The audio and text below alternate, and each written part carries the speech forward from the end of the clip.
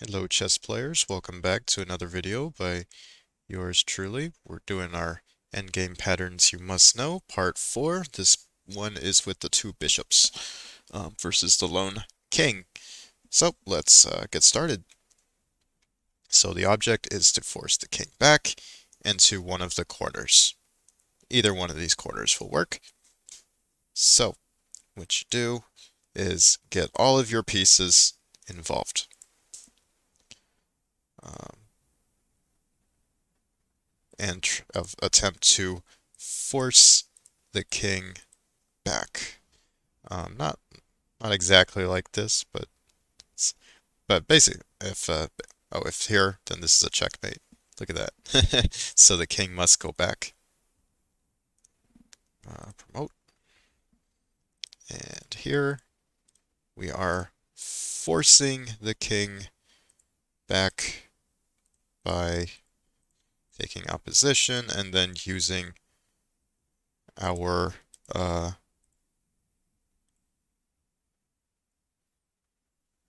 what happened there? Basically, we have to use our king to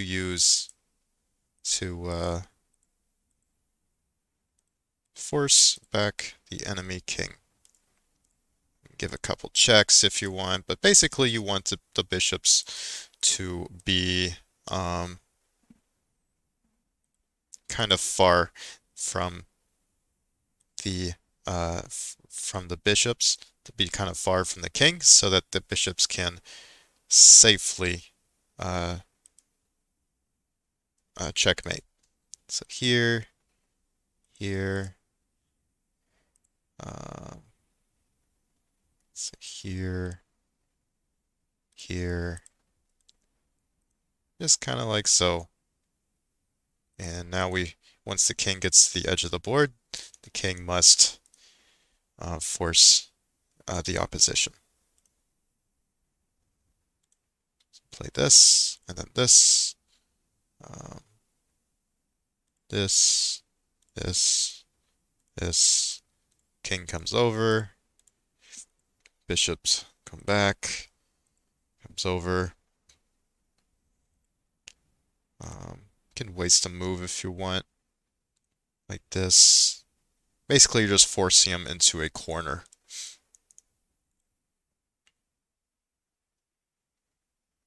Here, here, here, and you have to be very careful to not stalemate the king like this.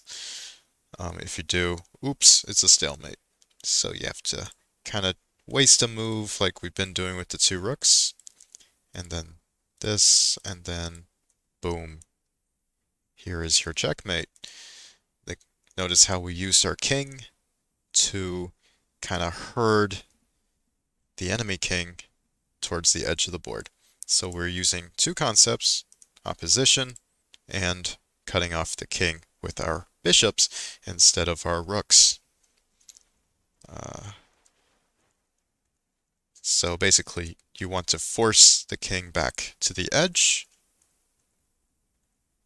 and use your bishops to check and to force the king back because your king is going to cover the remaining squares. Remember to keep your bishops kind of far from the enemy king so that it can check easy, so that the bishops can check easier. So like so.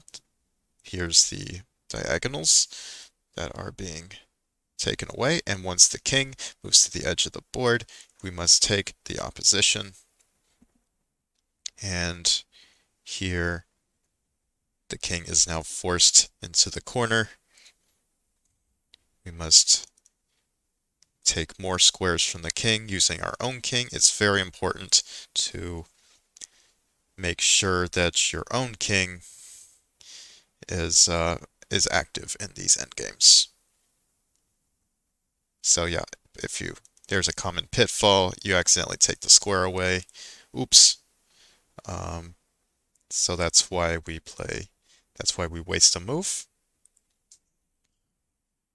Here and here. Notice that the two bishops complement each other on both dark squares and light squares.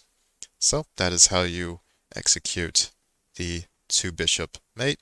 Let's go over what we went over. So our concepts are opposition. You use your king to take opposition and then check with the bishops to force the king to the edge, and then you have to use your bishops and your king to force the enemy king into a corner where it will be checkmated. So I hope you enjoyed this video. Please subscribe if you would like to see, if you like the content, and it really helps me as a content creator. Also, um, our next endgame will be a little simpler than this. We'll be going into pawn endgames, king and pawn endgames. So that'll be a taste of what's to come, and I will see you in the next video.